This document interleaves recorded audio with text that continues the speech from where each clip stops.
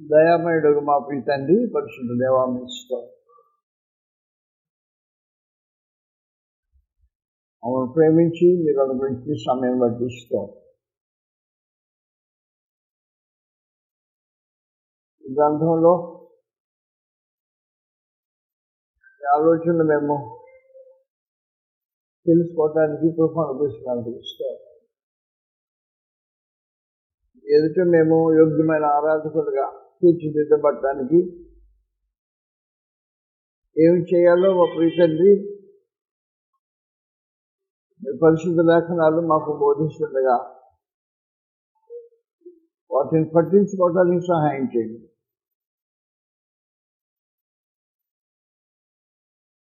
దిద్దుబాటును మేము ప్రేమించి దిద్దుబడిన మనసును కలిగి శీలం కలిగి ఉంటూ అనుగ్రహించండి. మా ప్రభువుని యేసుని పోలి నేను నడుచుకోవటానికి సహాయం చేయండి. భూనివాస కాలం గతించిన తర్వాత మీ సముఖంలో ఉండటానికి కావలసిన సిద్ధపాటును భూమి మీదనే మాకు అనుగ్రహించవలసిందని, ఆ దిశకుండా మా ప్రయాణం కొనసాగించడానికి అనుగ్రహించవలసిందని, ఈ సమయాన్ని మీరు మా కొరకు ఆశీర్వదించి ప్రసాదించవలసిందని మా ప్రభువుని యేసుక్రీస్తు వారి నామములో ప్రార్థన చేస్తున్నాం మా ప్రియ తండ్రి.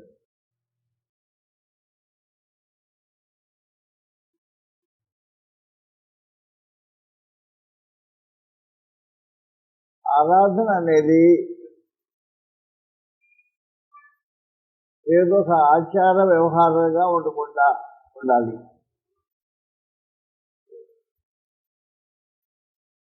దేవుని సముఖంలో మనుషులు మసులుకునే పద్ధతిని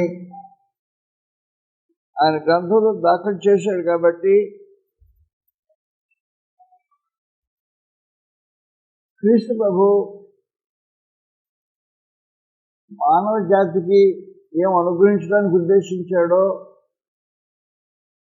అనేది విశ్వాసులైన విశ్వాసులు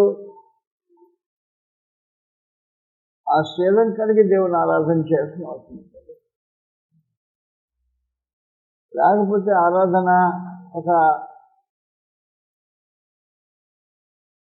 ఆచారంగా మారిపోతుంది, అనుభవంగా ఉండదు.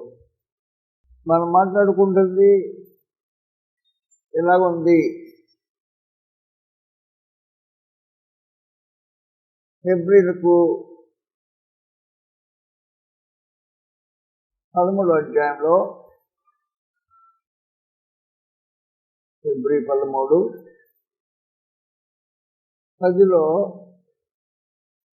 మనకొక బలిపీఠం ఉన్నది.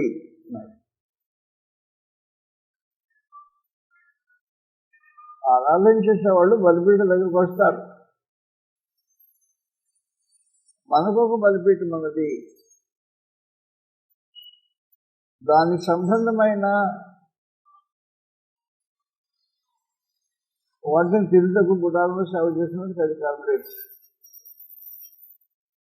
గుడారంలో సేవ చేసిన వారు లేవి యాజకులు.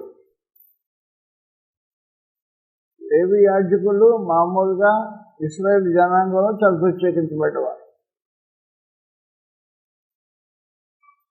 వారు తినే సముఖపు రొట్టెలు సామాన్యులు తినకూడదు.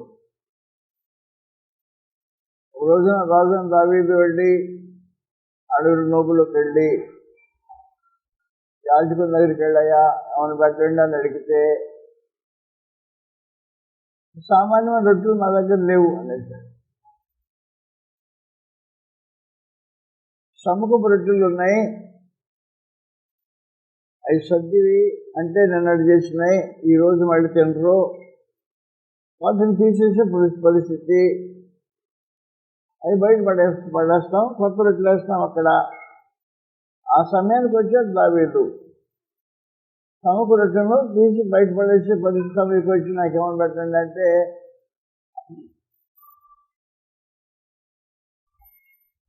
సామాన్యమైన రొట్టెలు మా దగ్గర ఏమి లేవు, ప్రతిష్ఠితమైన రొట్టెలు ఉన్నాయి, మీరు తినకూడదు అనేసాడు. అయా రాజాజ్ఞ వల్ల రాజపరిమితం రాజాజ్ఞానం ఫలితం అవుతాయి చేయమని అడిగితే యాజకుడు బయటపడేసేది అనిపించేసేది. కనుక యాజకులు తినే సమ్మకం రొట్టెలు దేవుని బలిపీఠం దగ్గర మాట్లాడేటప్పుడు వారు తినేవి చాలా ప్రత్యేకమైనవి అనేసి. కానీ మన దగ్గర వాళ్ళు భోజనం చేయడానికి కూడా అర్హులు కాదని చెప్తున్నారు. ఎవరి దగ్గర అర్హులు కాదట? దేవుని బలిపీఠం దగ్గర నేడు మనకున్న బలిపీఠం దగ్గర కూర్చున్న వాళ్ళ దగ్గర వాళ్ళు తినే భోజనం, దేవి యాజకులు గుడారంలో సేవ చేసిన వాళ్ళు కూడా అధికారం లేని పరిస్థితి. కానీ బలిపీఠం దగ్గర నీ బలి అర్పిస్తున్నావు. ఇలాంటి ఉన్నతమైన బలిపీఠం, దానికన్నా బలి అర్పించడానికి వచ్చావు. బలిపీఠం దగ్గర బలి అర్పించడానికి వచ్చినప్పుడు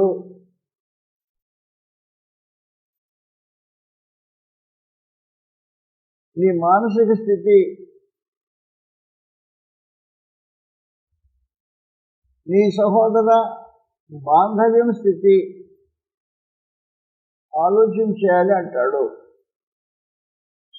సహోదర బాంధవ్యం ఎంత ప్రేమపూర్వకంగా ఉంది, ఎంత నిష్కళంకంగా ఉందో ఆలోచించాల్సిన అవసరం ఉంది. కాబట్టి ఆరాధన అంటే వచ్చి నలుగురితో పాటు కూర్చుండి పాడితే పాడడం, పాడకపోతే పాడాం, ఆడే పాడతాలే నోరు పోసుకొని కూర్చుని దేవుని స్థుతి కామెంట్ చేసే పరిస్థితి కొంతమంది. పెద్దరికి అనుకుంటారో ఏమనుకుంటారో నాకు నిజంగా తెలియదు. కొంతమంది స్థుతిగానంలో పాల్పొందరు. అదేం పెద్దరికో నాకు అర్థం కాలేదు. దేవుని ఆరాధన చేస్తాను, ఇది పెద్దరికం కాదు. స్థుతిగానం చేయడానికి వచ్చినప్పుడు దేవుడిని స్థుతించడం అనేది ఒక అవసరాంశం అంటారు. జపఫలం అర్పించాలని చెప్పాడు. నోరు మూసుకొని అంటే జపఫలం అర్పించాలంటే నోరు మూసుకొని ఉండకూడదు అని అర్థం. నోరు మూసుకొని ఉండకూడదు. జపఫలం నాలుక, దాంట్లో నుంచి ఫలం రావాలి. జప ఫలం వస్తుంటే అది హృదయంతో మీటుకుంటూ బయటకు రావాలి. ఆరాధన చేసే సమయంలో పరిస్థితి, బలిపీఠ దగ్గరకు వచ్చావు, నేను నీకేం బాగానే ఉంది, నువ్వు ఇతరుని బాధించావు. బాధించేవాడికి కష్టం కలగదు, తెలియదు. బాధింపబడేవాడు గాయపరచబడ్డాడు కాబట్టి ఆ గాయం అతని చేత తనకు తెలుస్తుంది. బాధించిన వాడికి తెలియదు. అంటే వాస్తవానికి లోపల చెప్పే సంగతి అప్పు తీసుకున్న వాడికి తెలియదండి, తగ్గొట్టని. ఇచ్చిన వాడికి తెలుస్తుంది అంటాడు. అలాగనే గాయపడిన వాడికి తెలుస్తుంది కానీ గాయం చేసిన వాడికి తెలియదు. గాయపడినవాడు గాయపడి ఉన్నాడు, మామూలుగానే ఉన్నావు, ఆరాధన చేయడానికి వచ్చేసావు. ఆరాధన చేయడానికి నీవు నిజంగా అర్హుడువేనా? ఆరాధన చేసే యథార్థవంతుడువేనా? ఆరాధన చేసే యథార్థవంతుడు అలాంటి వాళ్ళు ఉంటారు.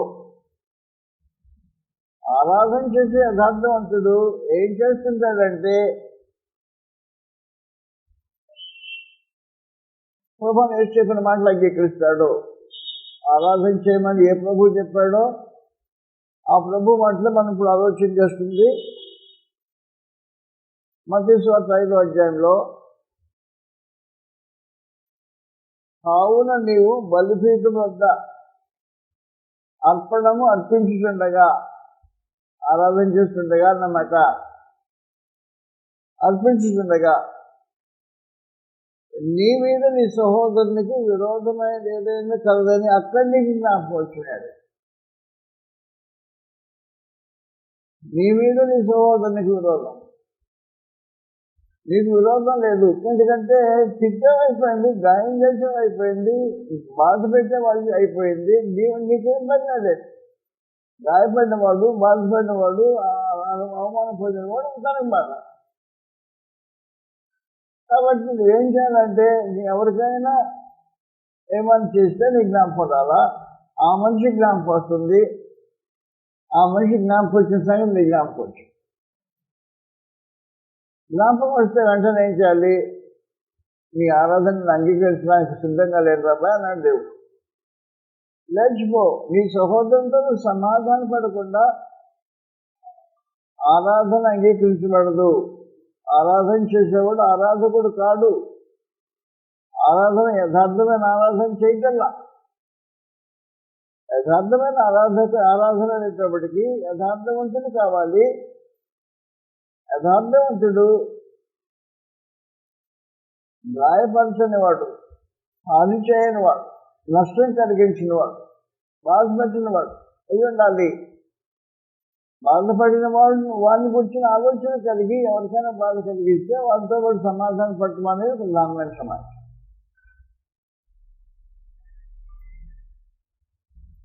కాబట్టి దేవుడు ఏమంటుంటాడంటే, నాకు బలి అర్పించే సంగతి పక్కన పెట్టేయి, ముందు అక్కడ అర్పించు సమాచారం. ఏం చేయి? నాకంటే ముఖ్యంగా మన మనిషిని ఆలోచించేయి. బాధపడిన మనిషి నీ వల్ల బాధింపబడిన మనిషి ఉన్నాడు, వాళ్ళతో సమాధాన పడు, వచ్చి ఆరాధన చేయి, నేను అంగీకరిస్తా. అది కాకపోతే ఇది అంగీకరించిన సమాచారం చెప్పేసి. అందువలన ఈ రోజుల్లో చాలామంది, ఒకరిద్దరు ముగ్గురు కాదు, సహోదరుల మధ్యలో సంపూర్ణమైన ఐక్యత లేకుండా, పరిపూర్ణమైన ప్రేమ బాధనే లేకుండా ఆరాధన చేస్తూనే ఉంటారు. ఎక్కడ పోవాలని ఉద్దేశం నాకు తెలియదు. అది పరిపూర్ణమైన ప్రేమ బంధమై ఉండాలి. అది క్రీస్తు ప్రేమకు సంబంధించినై ఉండాలి. దేవుని ప్రేమ బాంధవ్యమై ఉండాలి. ఆరాధించే వారి మధ్యలో ఉండవలసిన వాతావరణం ఇది. ఈ వాతావరణం లేకుండా ఆరాధన దేవుడు అంగీకరించే పరిస్థితి లేదు. నువ్వు పాడవచ్చు, నీకు టాలెంట్ ఉండొచ్చు, నువ్వు నీ కడుపు చెప్పకుండా పనులు చేయొచ్చు, బాగా ఇవ్వచ్చు, వేరే కార్యక్రమాలు చేయొచ్చు. పరిపూర్ణమైన ప్రేమ బాంధవ్యం ఉందా లేదా అనేది ఆరాధనకు సంబంధించిన కార్యక్రమం. ఆరాధన చేయడానికి వచ్చారు కొన్ని సంఘం వాళ్ళు. ఆరాధన చేయడానికి వచ్చితే పరిశుద్ధాత్మ అన్నాడు, మీరందరూ అది చేసే పని చేయడానికి వీల్లేదు అని చెప్పొచ్చు. కాబట్టి వాస్తవానికి దేవుడు కోరేది ఏమంటే, కక్షలు లేని, మనసు భేదం లేని, విరోధ భావం లేని, పరిపూర్ణమైన ప్రేమ బంధంతో కూడిన శరీరం కావాలి ఆరాధన చేయటానికి. ఆరాధన చేయటానికి శరీరం కావాలి. ఆ శరీరము క్రీస్తువు శరీరమై ఉండాలి. క్రీస్తువు శరీరము ఆరాధన చేయడానికి సిద్ధంగా ఉన్న శరీరమై ఉంటుంది. క్రీస్తు శరీరం ఆరాధన చేస్తుంది. క్రీస్తు శరీరం ఆరాధన చేస్తుందంటే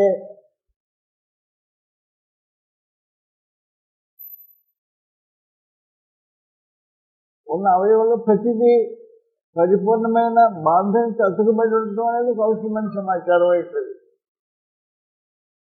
ప్రేమ కలిగి సత్యం చెప్పచ్చు అన్ని విషయంలో క్రీస్తులో ఉండే ఒక కార్యక్రమం జరుగుతుంది. కాబట్టి ఎఫెసీ పత్రికలో 4వ అధ్యాయం ఎలా రాబడింది? ఎఫెసీ 4వ అధ్యాయంలో సర్వ శరీరము చక్కగా అమర్చబడి అంటాడు. ఈ శరీరం అమర్చబడటం అవసరమైన సమాచారం. 4వ అధ్యాయంలో 6 చదువుతాం. 11వ వచనం నుండి, మనమందరము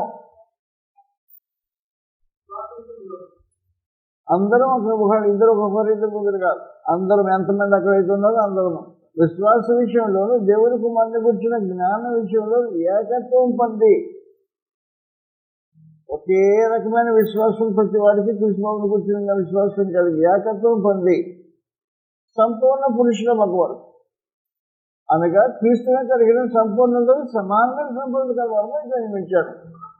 పరిశుద్ధులు సంపూర్ణకులంటూను పరిశుద్ధం జరుగుటకును క్రీస్తు ఎవరి శరీరం క్షమాభివృద్ధి, క్రీస్తు శరీరం క్షమాభివృద్ధి.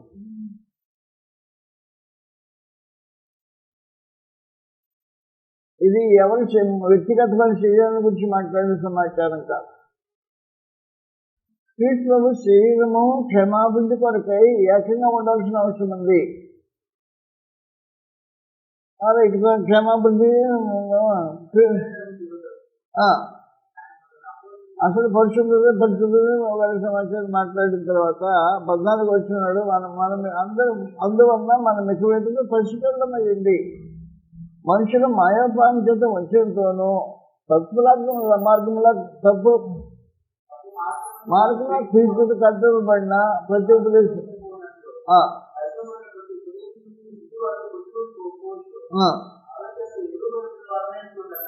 ప్రేమ కలిగి సత్యం చెప్పచ్చు. అన్ని విషయములలో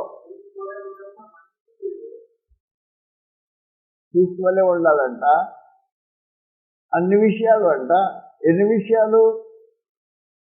క్రీస్తు ఎన్ని విషయాల్లో ఉన్నాడో అన్ని విషయాల్లో ఆయనలాగా ఉండడానికి కలిగే కార్యక్రమం ఒక కార్యక్రమం.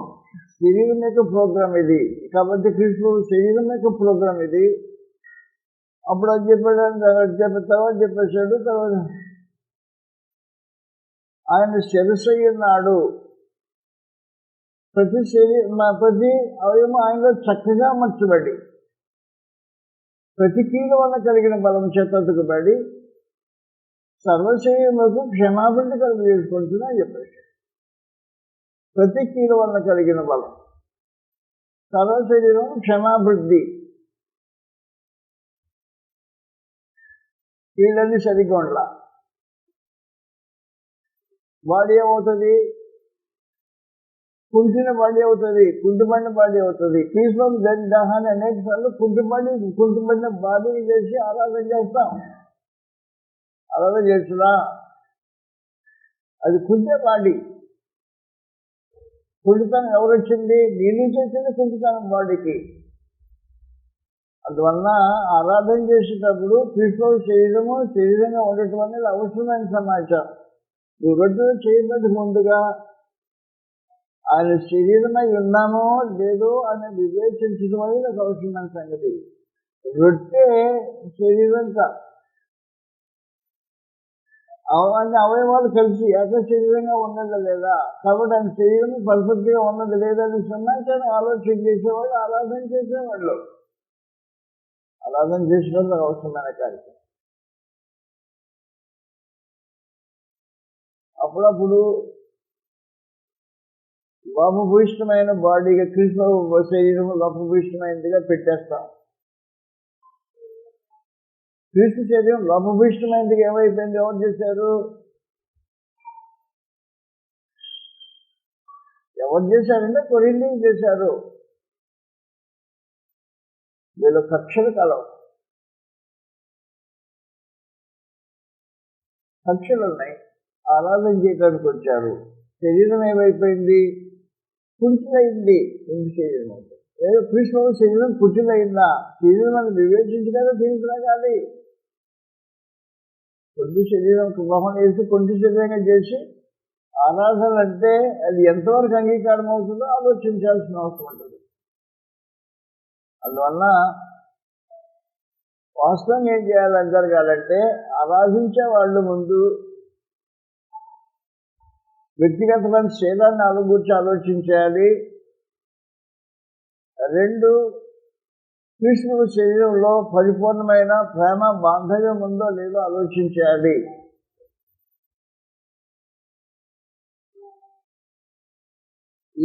ఏ చిన్న స్థలంలో సమస్య ఉన్నా అది దేహం మొత్తానికి సంబంధించిన సమస్యగా మారిపోతుంది. ఆ దేహం వికలాంగులు దేహాన్ని గృహం వేసింది గంట కట్టిపెట్టి ఆరాధన చేయడానికి మన వ్యక్తులు అర్థం ఏం చేస్తున్నారు? యోగ్యమైన రూపంలో ఆరాధన జరుగుతుందా? జరగటం లేదు. అందువలన ఆరాధన అనేది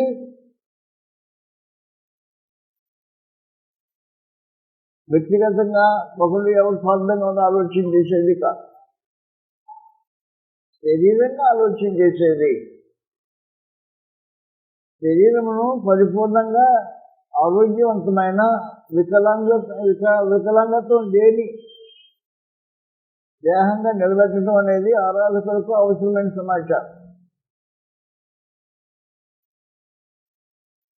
సమస్య లేని వాళ్ళు ఉన్నారనుకో, వారు కూడా ఈ వికలాంగ దేహంలోనే చేస్తున్నారు కదా,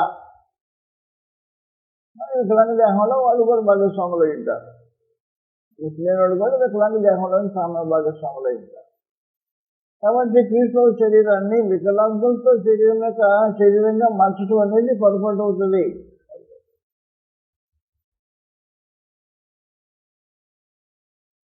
అందువల్ల ఏం చెప్పాడంటే, అందరూ ఆరాధన చేయడానికి వచ్చిన వాళ్ళు ఆరాధన చేసేవాళ్ళు కాదు అనేసాడు.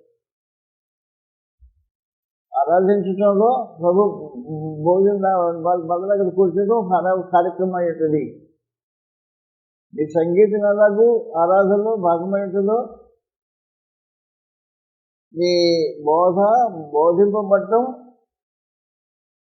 శ్రోతలుగా మిగిలిండటం ఆరాధనలో భాగమయ్యేలాగుంటుందో, ప్రభు భోజనం దగ్గర కూర్చోవటం కూడా ఆరాధనలో భాగమవుతుంది.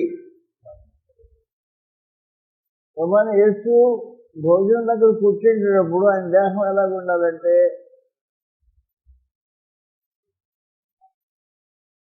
ఆరోగ్యమైన వికలాంగ పరిస్థితి లేని దేహం అయి ఉండటం అనేది చూడాల్సిన అవసరం ఉంటుంది. అందువల్ల ఆరాధకులు అనేక మంది యథార్థమైన ఆరాధకులు కాకుండా ఉండిపోతారు. మనసులో పక్కన మనిషితో గిట్టుబాటు కాదు, కొంచెం మనసు భేదాలు ఉన్నాయి, మనసు భేదాలు ఉన్నా కూర్చుని కూర్చుంటాడు, వచ్చినప్పుడు చేస్తాడు. ప్రభువైన యేసు శిలువ మనం అనుభవించింది నీకు ఇలాంటి పరిస్థితి కోసం కాదు, ఇది ఏదింటే తొలగించడానికి ఉద్దేశించి శిలువ మనం ఎక్కాడు. అది శిలువ మనలో విశేషమైన సమాచారం. ఇది ఎఫెసీ 2వ అధ్యాయంలో ఇలా రాబడి ఉంది. ఎఫెసీ 2వ అధ్యాయంలో 15వ వచనం, ఇటు సంధి చేయొచ్చు మన ఉభయులను ఏకం చేసి, ఇటు సంధి చేయొచ్చు ఈ ఇద్దరిని తన యందు ఒక నూతన పురుషునిగా సృష్టించి తన శిలువ వలన ఆ ద్వేషమును సంహరించి దాని ద్వారా వీరిద్దరిని ఏకశరీరంగా చేసి దేవుడితో సమాధానపరచవాలని ఎలాగూ చేశాను కనుక ఆయనే మనకు సమాధానకారకులై ఉన్నాడు. శిలువ వలన ద్వేషాన్ని సంహరించే కార్యక్రమం. మనిషికి మనిషి మధ్యలో, జనానికి మధ్యలో ద్వేషము లేని శరీరమై ఉండటం అనేది అవసరమైన సమాచారం.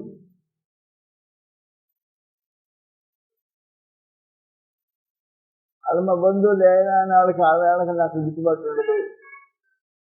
బంధువులైతే గిట్టుబాటు ఉండకుండా మాకు కొంచెం కుటుంబ సంబంధం కొన్ని సమస్యలు ఉన్నాయి. ఆరాధన చేస్తాం, సమస్యలు ఉండకూడదు. ఆరాధన చేయడానికి సమస్యలు ఉండకూడదు. ఈ కుటుంబ కలహాల్లో, లేకపోతే నీ బంధు సమస్యలో, లేకపోతే నీ స్థానిక సంఘంలో ఇంకే రకమైన సమస్యలో క్రీస్తు శరీరంలో అవయవాలు మారినప్పుడు ఆయన శరీరాన్ని గురించి ఆలోచన చేయటం అవసరమైనది. ఆయన ఏం చేశాడంటే, వారిద్దరి మధ్యలో ద్వేషం అంటే దాన్ని సంహరించి చంపేసి, ద్వేషం లేకుండా లేని ఒక విశేషమైన రూపాన్ని ఉద్దేశించాడు, సంకల్పించాడు సమాచారం. ఆరాధన అంటూ సులభం, ఆరాధన చేస్తున్నాం అంటే సులభం. అంటే ఇలా ఏం చేసే క్రీస్తు సంఘం అందరూ ప్రతి వారం రొట్టెరు, మేము ఒక్కరి రోజు రొట్టె ఇస్తాం, ఆరాధన చేస్తున్నాం రొట్టె ఇస్తేనే. రొట్టె విడిచేటప్పుడు ఏం చేయాలి? ద్వేషం లేని సమాజమై ఉండాలి కదా. సమాజం ఏ ఒక్కరికి ఇద్దరికి మధ్యలో ఉన్నా అయిపోయినట్టే పరిస్థితి. దేహం పాడైపోయింది, ఆరాధన దెబ్బతిపోయింది అక్కడ. కాబట్టి ద్వేషమును సంహరించడానికి శిలువలో ఉద్దేశించబడింది. దాని శిలువను జ్ఞాపకం చేసుకునే కార్యక్రమము ప్రభువుని భోజనం. క్రీస్తు మన కొరకు శిలువ పడ్డానని ఆయన మరణాన్ని జ్ఞాపకం చేసే కార్యక్రమం. ఆ మరణం ఎందుకు వచ్చింది? ద్వేషాన్ని సంహరించడానికి మరణించాడు. కాబట్టి ఆయన మరణాన్ని జ్ఞాపకం చేసుకుని దోషం కలిగిన వాడు ఏం చేశాడు అనమాట, ఆయన మరణాన్ని అపార్థం చేస్తున్నాడు. మరణాన్ని అపార్థం చేస్తున్నాడు. అందువల్ల తీవ్రంగా ఆలోచించాల్సిన సమస్యలు ఇవి. తీవ్రంగా ఆలోచించాలి. ఒక శరీరము పర్ఫెక్ట్గా ఏ విధమైన కక్షలు, కలహాలు, ద్వేషాలు, అసూయలు ఏ రకమైనది లేకుండా కూడిన స్థలంలో ఆరాధన జరుగుతుంది, కరెక్ట్ క్రమంగా జరిగేదానికి అవకాశాన్ని దేశాన్ని ప్రత్యేకించి ఆ తర్వాత అది చేస్తారు లేదా వేరే సంగతి. అందువల్ల ద్వేషాన్ని సంహరించింది శిలువ మరణం. ఆ శిలువ మరణాన్ని జ్ఞాపకం చేసేది ప్రభుత్వ భోజనం. కాబట్టి భోజనం చేసేటప్పుడు శిలువ మరణం ఎంతో సజీవంగా ఆయన ద్వేషం సంహరించకపోతే శిలువ మరణం యొక్క ప్రభావం లేదు అన్నమాట. కాబట్టి ఈ శిలువ మరణాన్ని జ్ఞాపకం చేసే భోజనం అపార్థం చేయడం జరుగుతుంది. అందువల్ల ఆరాధకుడు అనే మాట మనం ఆలోచన చేసినప్పుడు చాలా కఠినంగా ఆలోచన చేయాల్సిన అవసరం ఉంది. ద్వేషం లేని, కక్షలు లేని,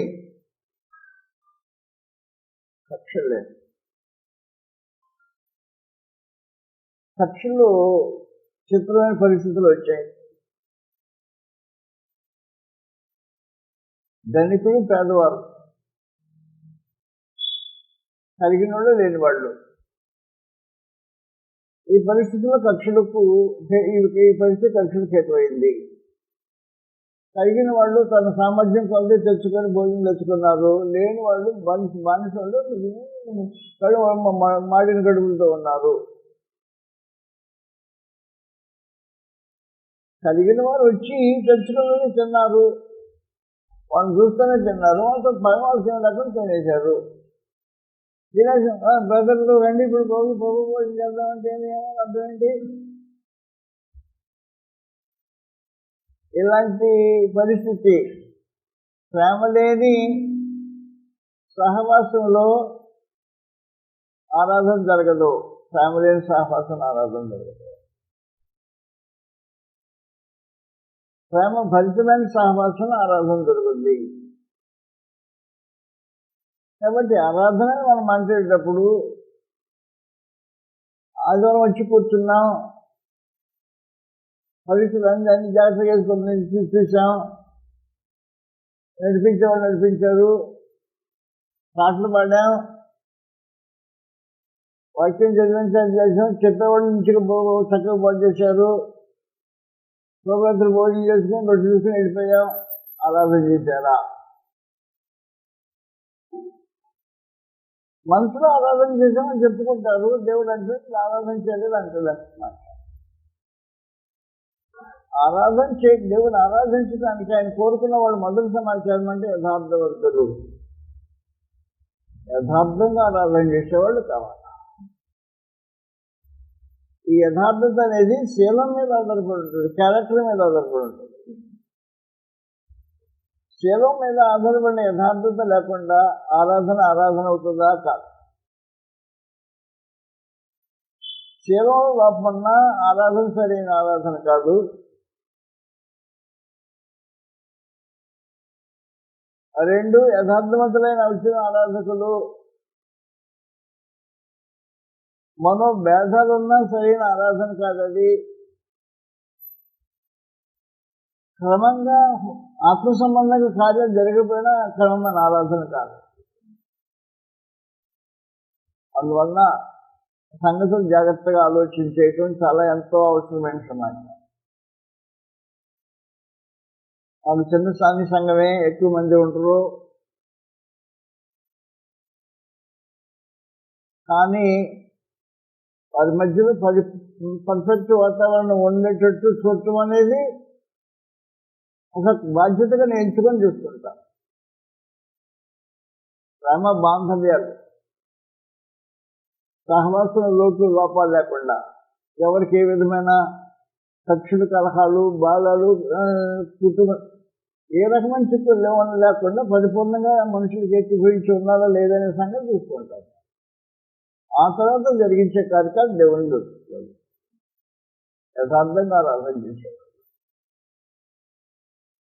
అందువల్ల గ్రంథంలో దేవుని మందిరంలో ప్రవర్తించే ప్రవర్తన విధానం తెలియకపోతే తప్పు అవుతుంది.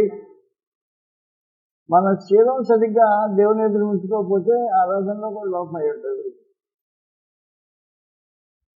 క్రీస్తు మనం దేనికి ఉద్దేశించబడిందంటే మళ్ళీ చెప్తున్నా, కక్షలు లేని సమాజం కొరకు, ద్వేషం లేని బాంధవ్యాల కొరకు. మళ్ళీ ద్వేషం లేని బాంధవ్యాలు.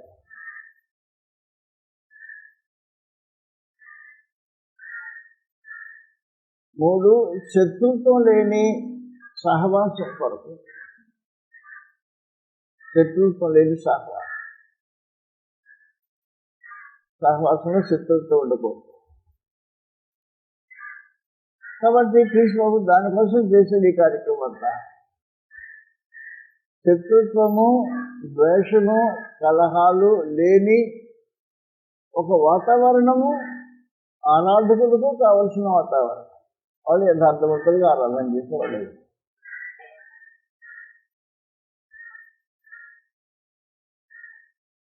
అందువల్ల మనకు ఒక బలిపీఠం ఉంది. ఆ బలిపీఠం దగ్గర తినే కార్యక్రమం ఉంది. యాజకులకు దాంట్లో అవకాశం లేదు. మనకు అవకాశం ఉందంటే వాళ్ళకంటే ఒక మెట్టు ఎక్కువ చేసి ఉండాలన్నమాట కదా మన స్థితి. ఆ రూపంగా ఆలోచన చేయటం. మనం అందరము ఒక దేహంలాగా కట్టుబెడితే అభివృద్ధి ప్రారంభమవుతుంది. క్షేమాభివృద్ధి కావాలి అంటే అందరూ ఏకంగా ఎక్కిపించిన పరిస్థితి ఉండాలి. నేను అనేక సార్లు మళ్ళీ చెప్తున్నా, అది అట్లా పని. నేను మాత్రం చాలా బలీయంగా ఉన్నాను, బలిష్ఠుడిగా ఉన్నాను అని అంటే, లేదు రోగం వచ్చింది నీకు, బలం రాలా. నా మాట మీకు అర్థం కావాలంటే నా ఉదాహరణ చెప్తే, ఈ ఒక్క ఏళ్ళు లావ్ అయిందంట. లావ్ అయిపోయింది ఏళ్ళు, తక్కినాటికని లావ్ అయిపోయింది. ఏమైంది? రోగం వచ్చింది దానికి. లావు కాదు, బలం రాలా, రోగం వచ్చింది. దీనికి బలం రావాలంటే అన్నీ తమ ప్రపోర్షన్ అడగాలి. ఈ ప్రపోర్షనేట్గా ఉండకపోతే అది బలం కాదు, రోగం. అందువల్ల దేహం ఎలాంటి పరిస్థితితో ఒక మనిషి బలిష్ఠుడై శక్తివంతుడై గొప్పవాడడానికి అవకాశం ఉండే పరిస్థితి కాదు. ఒకడు ఆత్మ సంబంధానికి అవకాశం కలుపుకొని పోయి ఒక విశేషమైన సమాచారం. అందువల్ల పరమదేవుడు ఏం కోరుకున్నాడంటే, గ్రంథంలో అందరూ కలిసికట్టుగా విశ్వాస విషయంలోనూ దేవుని కుమారుని వచ్చిన జ్ఞానం విషయంలోనూ ఏకత్వం పొందితే కానీ సంపూర్ణత పురుషుల్లో ఉండడానికి లేదు. అందరూ ఏకమైతే బలం అది కలుగుతుంది. కలిగే బలం అందరికీ సమానంగా కలిగే బలమైనది. ఆ రూపంగా సంకల్పమైంది. అందువల్ల ప్రతి వ్యక్తి ఎంత జాగ్రత్తమైన విషయం ఆలోచించాలంటే అంత జాగ్రత్తగా ఆలోచించాలి.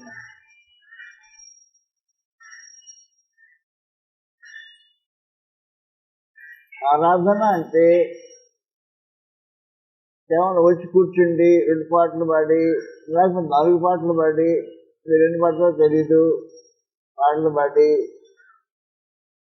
వాక్యం చదివి, ఒక ప్రసంగం చేసి, ఒక విని, శివరాత్రి మొదలు పాలు పొంది, ఏం తెచ్చుకుని డబ్బులు కొంచుకొచ్చిన దాంట్లో వేసి ప్రార్థన చేసి ఆమెను నిండిపోవటం కాదు ఆరాధన.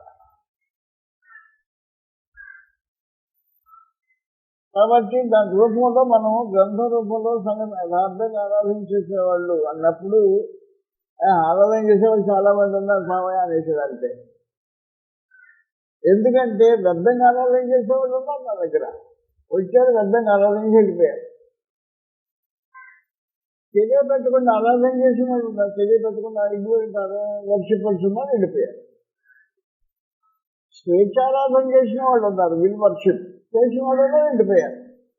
మీ విశేషమైన సంగతి ఏంటి? వాళ్ళు రకరకాల సమస్యలు వింటే మీ సమస్య ఏంటంటే సహవాస సమస్య. సహవాస సమస్య ఉన్నప్పుడు ఆరాధన సరైన ఆరాధన చేసిన వాళ్ళు కాదు. అందువల్ల సహవాస సమస్య లేని పరిస్థితిని ఆలోచించేసిన స్థానిక సంఘమే ఆరాధన చేయడానికి నిజంగా సిద్ధపడిన సంఘం అవుతుంది.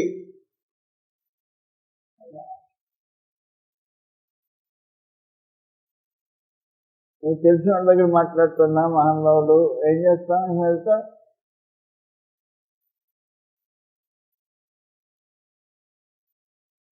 తెలియటం వేరు, వ్యక్తిగతంగా మనిషి లేఖనానుసారమైన జీవితం జీవించడం వేరు.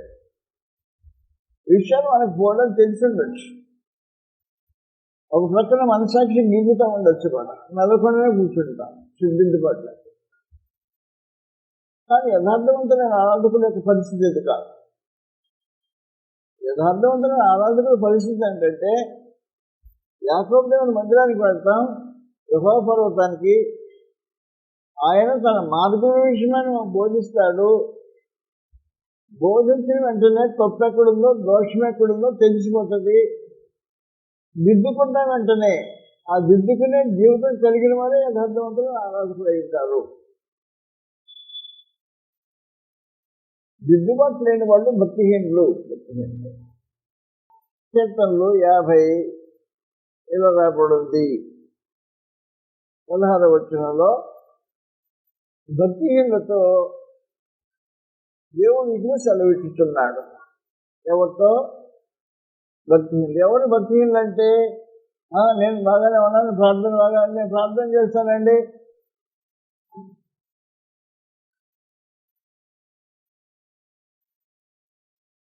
వారానికి 2 రోజులు ఉపవాసం ఉంటాను, ప్రార్థన చేస్తుంటా, రాబడిలో పొందవంతిస్తాను, భక్తి కల బలిగిన వాడు కాదు. భక్తి అంటే అది కాదు. వాస్తవానికి సంగతి అంటే భక్తి కలిగిన వాళ్ళు శాస్త్రులు పరిచయం ఉన్నారు. వాళ్ళు వారి భక్తికి అంటే వారి నిష్ఠకు వారు కట్టుబడి ఉంటారు. నిష్ఠ కట్టుబడి ఉంటారంటే ఎంత కట్టుబడి ఉంటారంటే పుదీనాలోను, సోపులోను, జీలకర్రలోను.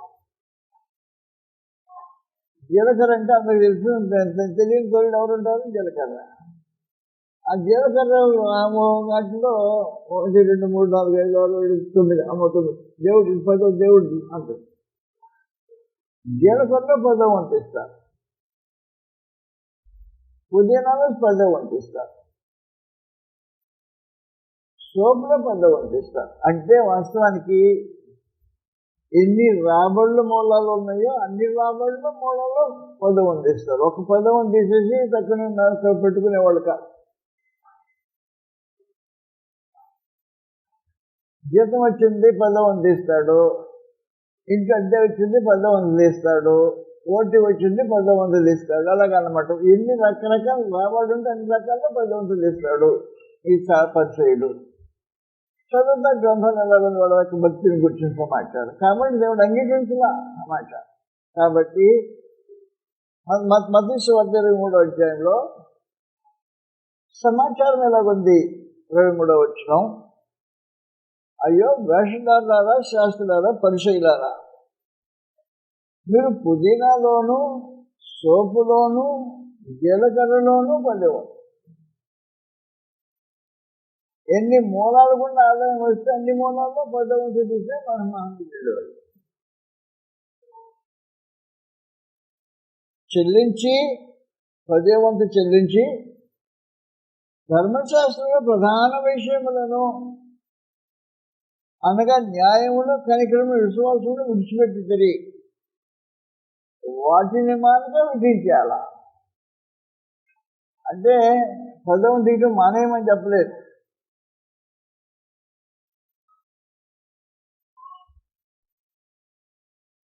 ఎన్ని మూలాలకు ఆదాయం అంటే అన్ని మూలాలు ఆ పదవంతి తీసిన తర్వాత ఆత్మ సంబంధంగా 3 సంగతులు విసర్జించారు. ఏం విసర్జించారు? ఒకటి, న్యాయమును అనగా న్యాయమును కనికరమును విశ్వాసమును విడిచిపెట్టింది.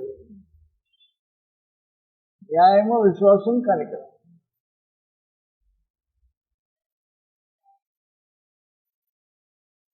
భక్తి అనుకుంటున్నారు వాళ్ళు. భగవాన్ వేసి అంటున్నాడు ఇది వేషధారణ అనేసాడు. వేషధార భక్తులారా అనలా. కాబట్టి వేషధారైన శాస్త్రారా పరిచయారా అనేసి. కాబట్టి దర్శన భాగం తీసేసి దీర్ఘపాఠం చేస్తే భక్తి కాదు. భక్తి అంటే ఏమని భక్తికి నిర్వచనం, భక్తిహీనతకి నిర్వచనం లాగిస్తున్నాడు జాగ్రత్త. చదువుతాను కీర్తనలో 51లో 16లో భక్తిహీనులతో దేవుడిలా సెలవిచ్చున్నాడు. నా కట్టడను వివరించుటకు నీకేమి పని? నా నిబంధన నీ నోట వచించడమేమి? దిద్దుబాటు నీకు అసహ్యం కదా. అది భక్తి. దిద్దుబాటు అసహ్యం అంటే లోపాన్ని సరి చేసుకోడు. దిద్దుబాటు అసహ్యం అంటే అది కథ. మనసాక్షి ఒక ప్రక్కన పీడిస్తుంది, సరి చేసుకోడు, వెళ్తుంటాడు కార్యక్రమం. దిద్దుబాటు అసహ్యం భక్తిహీనుడు గ్రంథం అనేసింది పట్టించుకోకుండా. కాబట్టి వాస్తవానికి ఆరాధన చేసేటప్పుడు భక్తితో ఆరాధన చేయాల్సిన అవసరం ఉంటుంది. భక్తితో ఆరాధన చేసేటప్పుడు మనుషులు దిద్దుబాటును ప్రేమించే వాళ్ళు అయి ఉండాలి. మనస్సాక్షిని దోషంగా కూడా సమర్థించుకోవడానికి వీలు లేకుండా దాన్ని దిద్దుకుంటే ఆరాధన దేవునికి అంగీకారం ఉంటుంది. వేషధారుల ఆరాధన దేవునికి అంగీకారం ఉంటుందని మీరేమో తలంచాల్సిన అవసరం ఉండదు. కాబట్టి ఆరాధకులు అని మనం మాట్లాడేటప్పుడు అనేక సంగతులు మనం ఆలోచించాల్సిన అవసరం ఉంటుంది. నిజంగా మేము మన యథార్థమైన ఆరాధకులమేనా? యథార్థమైన ఆరాధకులేనా? దేవుడు ఎవరిని కోరుతున్నాడండి? యథార్థవంతులైన ఆరాధకులు కోరుతున్నాడు. దేవుడి కోరిక అది. యథార్థంగా ఆరాధించేవారు యథార్థవంతులు కావాలి. యథార్థతలో మొదటి కార్యక్రమం తప్పు చేయని మనుషులు ఉండరు, కానీ దిద్దుబాటు ప్రేమించకపోతే మానవత్వం వేరే వేస్ట్. అది మానవత్వం కాదు, భక్తిహీనత. దిద్దుబాటును అసహించుకునేవాడు భక్తిహీనుడు కనుక భక్తిహీనత దేవ సంబంధమైన ఆరాధన దేవుడు అంగీకరించే పరిస్థితులు ఉండవు. అందువల్ల ఆరాధకులు అనే ఒక ఆలోచన మనం పెట్టుకొని దేవుని మందిరానికి వెళ్ళక ముందుగానే గ్రంథం చెప్పినట్టు ప్రవర్తన సరిచూసుకొని వస్తే ఆరాధకులు సరిగా ఉండడానికి అవకాశం ఉంటుంది. రెండో విశేషమైన సంగతి, యథార్థమైన తన ఆరాధకులు ఆత్మతో ఆరాధన చేయాలి. ఆత్మతో ఆరాధన చేయాలంటే శరీరమును ఆస్పదము చేసుకొని వారై ఉండాలి అని చెప్పాడు కాదు. శరీరం ఆస్పదం చేసుకోకూడదు. ఫిలిప్పీలకు 3వ అధ్యాయం 3వ వచనంలో గ్రంథం తెలియజేసిన సమాచారం ఎలాగుంది. ఫిలిప్పీ 3:3లో ఆత్మతో ఆరాధన చేసేవారు ఎవరు అంటే శరీరం ఆస్పదం చేసుకొనక, శరీరం మీద ఆధారపడక, శరీర సంబంధంగా ఆలోచన చేయకుండా, శరీర స్వభావం కలిగి ఉండకుండా ఆత్మ సంబంధం స్వభావం కలిగి ఉండడం ఒక విశేషమైన సమాచారం కావలసిన అవసరం ఆత్మతో ఆరాధన చేసేవాళ్ళు ఫిలిప్పి 3:3 చదువు. ఫిలిప్పి 3 ఏముందో, ఎందుకనగా శరీరమును ఆస్వాదం చేసుకొనక. అది సంగతి, దేవుని యొక్క ఆత్మ వలన. కాబట్టి వాస్తవానికి క్రీస్తునందు అతిశయపడటం అనేది ఆరాధనకు అవసరమైన సమాచారం. ఒకటి, క్రీస్తునందు అతిశయపడటం. శరీరం ఆస్వాదం చేసుకునేవాడు క్రీస్తునందు అతిశయపడేదానికి అవకాశం ఉండదు. క్రీస్తునందు అతిశయపడటం ఒక విశేషమైన కార్యక్రమం. ఆరాధకుడు క్రీస్తునందు అతిశయపడాలా. గలతీయులకు రాసిన పత్రికలో 6వ అధ్యాయం 14వ వచనం రాబడి ఉంది. గలతీ 6వ అధ్యాయం 14వ వచనం గ్రంథం తెలియజేసే విశేషమైన సమాచారం చదివేస్తాం. 6వ అధ్యాయంలో 14వ వచనం, అయితే మన ప్రభువైన యేసు క్రీస్తు యొక్క శిలువ యందు తప్ప ఏమి ఎందుకు అతిశయించు నాకు దూరమవును కాక. దానివల్ల అది లోకము నాకు శిలువబడి ఉన్నామన్నారు. కాబట్టి క్రీస్తు శిలువ యందు అతిశయపడేవాడు లోకమునకు శిలువబడినవాడు, లోకం తనకు శిలువబడింది. శిలువ 3 సంగతులు ప్రత్యేకించి సూచిస్తుంది. అవమానానికి సూచన శిలువ, శ్రమానుభవానికి సూచన శిలువ, శాపానికి సూచన శిలువ. శిలువలో వేలాడదీయబడినవాడు శాపగ్రస్తుడు. శిలువలో ప్రభువైన యేసు శిక్ష అనుభవించిన వాడు. శిలువలో అవమానం, భయంకరమైన అవమానం శిలువ. అలాగే నువ్వేం చేయాలంటే లోకాన్ని సిలివేయాలి. లోకాన్ని సిలివేయాలంటే ఏంటి? ఒక మనుషులందరినీ తీసుకొని సిలివేస్తావేంటి? లోకాన్ని సిలివేయాలి అంటే లోకంలో ఉన్నది శరీరాశ, నేత్రాశ, జీవగుణంబాన్ని సిలివేయాల్సిన అవసరం ఉంది. అలాగే సిలివేయకుండా క్రీస్తునందు అతిశయించడానికి అవకాశం లేదు. కాబట్టి ఆరాధకుడు సరైన ఆరాధనడానికి అవకాశం ఉండదు. లోకంలో ఉన్నదంతయు 1 యోహాను పత్రిక 3:2, 15:16 లోకంలో ఏమి తెలివేయమంటున్నాడు అంటే లోకం యొక్క శరీరాశ, లోకం యొక్క నేత్రాశ, లోకం యొక్క జీవపు డంభం తెలివేయాలా అంటే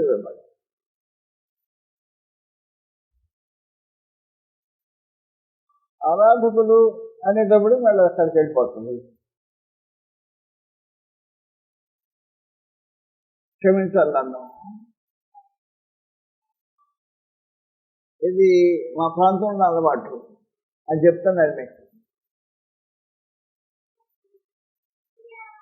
ఆరాధనకి ఇంటికి వెళ్ళిపోయారనుకో, టీవీ సినిమా కదుకుపోతారండి.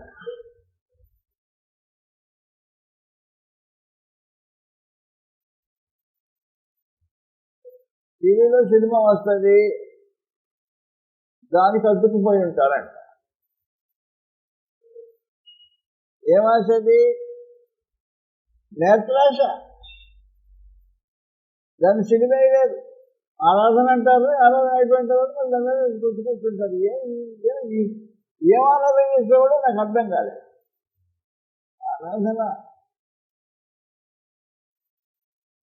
అవన్నీ మనకు పట్టదు. ఆరాధన చేసి వచ్చాం సార్, అక్కడి నుంచి రాత్రి 12 గంటల దాకా చూసుకుంటూనే ఉండొచ్చు. ఏం చేసి వచ్చావు? ఆరాధన చేసి వచ్చింది.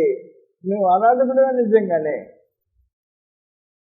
చెప్పేసి ప్రత్యేకించి నేను ఆత్మతో ఆరాధన చేసేవాళ్ళు ఫిలిప్పి మళ్ళీ 3:3 చదవండి ఒకసారి, గుర్తుపెట్టుకోండి. ఫిలిప్పి 3:3 చదువుతాను గ్రంథం చేసి.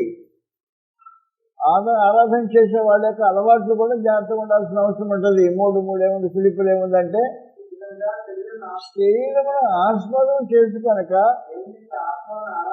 దేవుని ఆత్మను ఆరాధించు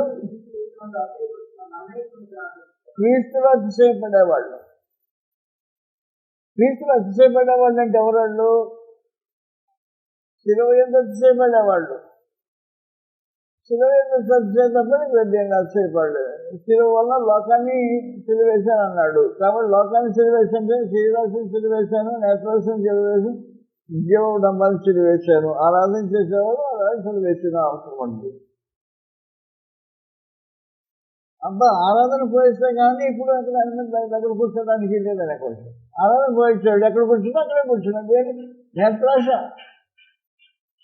ఆరాధకుల వీళ్ళు ఆరాధన. అందువలన మీరు జాతీయ సంగతులు ఆలోచించాల్సిన అవసరం ఎంతైనా ఉంది. ఆరాధకులు ఎవరు? ఆరాధకులు యథార్థంగా ఆరాధన చేసేవాళ్ళు అంటే దేవుడు కోరుకునే ఆరాధకులు. ఆయన కోరుకునే యథార్థమైన ఆరాధకులు. మళ్ళీ అంటున్నా, వ్యర్థంగా ఆరాధన చేసేవాళ్ళు దేవుని కోరుకోవట్లేదు. వ్యర్థంగా ఆరాధన చేసేవాళ్ళు ఉన్నారు. వాళ్ళు ఆరాధన చేస్తూనే ఉంటారు వ్యర్థంగా. తెలియని ఆరాధన చేసేవాళ్ళు ఉన్నారు. ఆ తెలియని ఆరాధన చేసిన వాళ్ళు చేస్తూనే ఉంటారు. స్వేచ్ఛారాధన చేసేవాళ్ళు ఇష్టానుసారమైన ఆరాధన, ఇష్టం ఇచ్చిన వాళ్ళు ఆరాధన చేస్తూనే ఉంటారు. ఏళ్ళలో మేము చేసిన వాళ్ళగా యథార్థవంతులైన ఆరాధన అని చెప్తే ఈ యథార్థవంతులైన ఆరాధకులు చేయాల్సిన కార్యక్రమాలు ఏంటి? ఏం చేస్తే ఆరాధకులు అయిపోతుంది అంటారు అనే సమాచారం మనం ఇప్పుడు ఆలోచన చేస్తున్నాం. దాన్ని క్షమించండి. ఆరాధన గురించి గతంలో మాట్లాడుకున్నామంట. మళ్ళీ అనవసరంగా దీన్ని లేవనెత్తాను. కంటెంట్ కనిపించితే మరోసారి వేరే టాపిక్లు సిద్ధం చేసి ఉంచారు అంటే దానికి వాటి గురించి ఆలోచన చేస్తాం. కానీ మొట్టమొదటి నేను మీకు తెలియజేసే మనం చేసి చేతులు జోడించి తెలియజే సమాచారం ఏమంటే క్రీస్తవ సంఘంలో యథార్థవంతులైన ఆరాధకులు కావాలా దేవుడు కోరుకున్నాడు.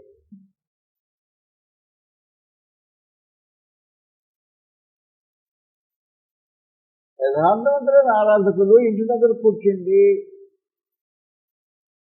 ఆరాధనకు సిద్ధపడి వస్తారు. ఇంటికంటే సిద్ధపడి లేకుండా యథార్థవంతుల ఆరాధకులు రారు. సిద్ధపడ్డ అంటే మేము బాగానే ఇంటికాడ మంచిగానే బ్రేక్ఫాస్ట్ చేసామండి, సిద్ధపడ్డాము, మంచి బట్టలు వేసుకున్నాము, స్నానం చేసేస్తాం. ఈగా సిద్ధపాటు కావాల్సిన సిద్ధపాటు మానసికంగా ఆత్మ సంబంధం మనకి సిద్ధపడాల్సిన అవసరం ఉంది. మళ్ళీ జ్ఞాపకం చేస్తున్నాం మేము మీకు. ప్రసంగి 5వ అధ్యాయంలో చెప్పబడినట్టు చెప్పబడినట్టుగా సిద్ధపాటు అవసరం ఆరాధకులకు. ప్రసంగి 5వ అధ్యాయంలో ఏం రాబడిందంటే మొదటి నుండే రాబడింది, నువ్వు దేవుని మందిరమునకు పోయినప్పుడు. అది మనకు కావాల్సింది ఏమంటే నీ బ్రేక్ఫాస్ట్ కాదు, నీ స్నానం కాదు, బట్టలు వేసుకోవటం కాదు, అవి కాదు మాకు కావాల్సింది ప్రవర్తన.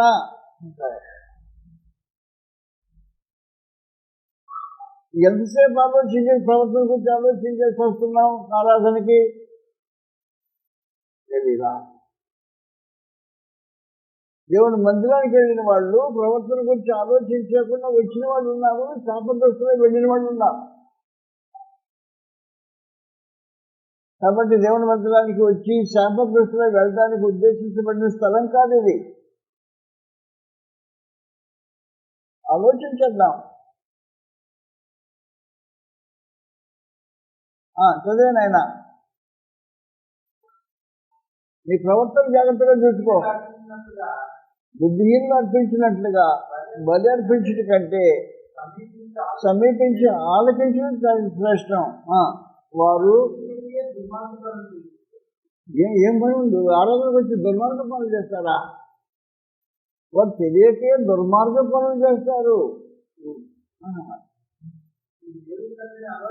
దేవుని సన్నిధిగా అనాలోచనగా పలకటాన్ని కొందరు మనసును తొందరపడలేక ఆడుతున్నాను. కాచుకొని జాగ్రత్తగా ఉన్నావు. అది సంగతి. ముందు సిద్ధపాటు. సిద్ధపాటులో రెండవ భాగం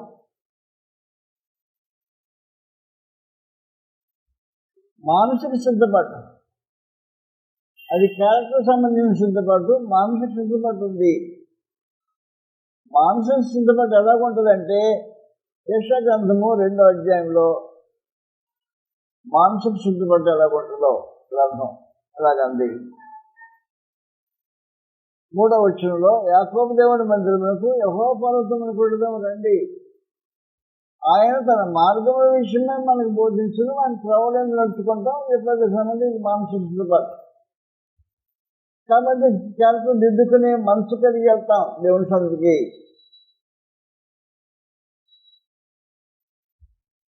దోషాలుంటే దిద్దుకుంటాం, తప్పులుంటే సరి చేసుకుంటాం. దేవుని మందిరానికి వెళ్ళేటప్పుడు సిద్ధపాటు ఎక్కువ రెండవ విశేషమైన సంగతి. వచ్చిన తర్వాత ఇక మిగిలిన కార్యక్రమాలు యథార్థవంతులుగా, ఖడ్గములను నాగటి తక్కువలు గాను తమ ఈటను వచ్చకత్తలు గాను సాగొట్టుకోరు. వింటున్నారు, వినేటప్పుడు దోషం కనపడుతుంది, మనసాక్షికి తట్టుకుంది అర్థం అవుతుంది, దిద్దుకునే ప్రత్యేకమైన పరిస్థితి. యథార్థవంతులే రావాలి. అలాగున్నా రకరకాల కార్యక్రమాలు మాట్లాడినప్పుడు హృదయ వీణను కూడా సిద్ధం చేసుకుని రెడీ చేసుకుని రావాలా. కాబట్టి ఒక వీణ వాయించేవాడు దాని మీద ఎంతసేపు ప్రాక్టీస్ చేస్తాడో అలాగున్నా నీ హృదయాన్ని దేవుని సముఖంలో వీణగా మోగించడానికి సిద్ధం చేసుకొని ఆరాధన చేసేటప్పుడు నీ నోటితో నీ హృదయాన్ని ఏకీకృతం చేసి పాడే పరిస్థితిని సిద్ధపడరా.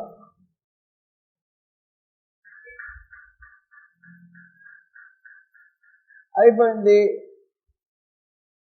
తర్వాత ప్రభు సముఖంలో భోజనం బల్ల దగ్గర కూర్చున్నాం. భోజనం బల్ల దగ్గర కూర్చున్నప్పుడు ఏక శరీరంగా అందరితో తన వేసుకుని పరిస్థితి ఆత్మ సంబంధంగా ఉందా? వాళ్ళు ద్వేషము, కలహము, కపటము అనేది లేకుండా సంపదం సిద్ధి దిద్దుకొని నిలబడి దేవుని కీర్తన చేయబడ్డారు. ఈ కార్యక్రమాలన్నీ క్రమబద్ధంగా చేస్తే మనం యథార్థంగా ఆరాధన చేసి ఆ యథార్థంగా ఆరాధకులు అయ్యేటమే తప్ప ఆచారంగా వచ్చిపోయేవాళ్ళు యథార్థవంతులు ఆరాధకులు కాదు. మీకు 10 అనుభవం 10 సంవత్సరాలు కావచ్చు, 15 సంవత్సరాలు కావచ్చు, లేకపోతే 50 సంవత్సరాలు నీకు అనుభవం కావచ్చు. కానీ ఈ పరిస్థితులు లేకుండా యథార్థవంతులే ఆరాధకులు ఉండడానికి అవకాశాలు ఉండవు. ఆయన యథార్థవంతులైన ఆరాధకులను కోరుతున్నాడు, ఆరాధకులను కోరటల్లా.